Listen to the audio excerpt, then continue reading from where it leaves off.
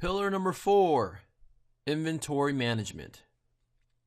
Now, this is something that is going to take some upkeep every day. You kind of want to monitor your inventory levels because you're not dealing with physical product and stocking physical product.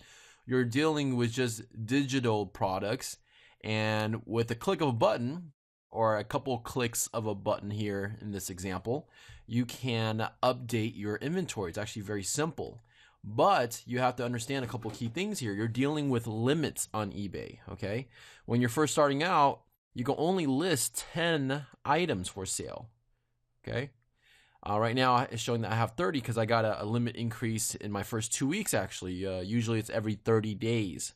So, as you can see, I have 5 items remaining that I can sell. So, I can either create 5 new listings, or I can keep that inventory to update my current inventory. Let me show you what I mean. If you advertise, let's say these mason jars, okay, right here for sale, and you put quantity as 1 in this example. When someone buys that product, your quantity is now at 0. What happens is your listing, depending if you do a 30-day auction or a good till canceled auction, your listing will basically become inactive. No one else can see this listing. So, because you have 0 inventory, no one can buy from you. Let's say you had 1 item for sale and someone purchased that item at 9 in the morning. If you don't go in there and update your inventory, that means for that whole entire day, you could have generated some more sales for that same item. All right. So it's a good idea to kind of monitor this, and ideally you would want to update it right away, right after it sells, but who has the time to do that? Okay. So just kind of keep that in mind as you're building out your business, and you'll have a lot more flexibility as your limit increases. You can start playing around with inventory levels. You can put 2 items available, 3 items available, and so on and so forth.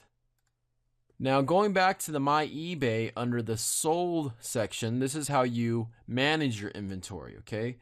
In this example, let's say this item sold and you only had a quantity of 1 and now the quantity is 0. It's very simple. You can just click on this square right here, then click on relist. And then from there, it's pretty straightforward. You just confirm that you want to relist the item for sale and update your quantity to 1, and that you're all set, right?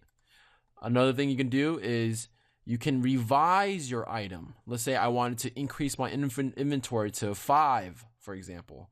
I can revise my listing, go down to here, and change the quantity accordingly. All right. Also, let's say an item is out of stock.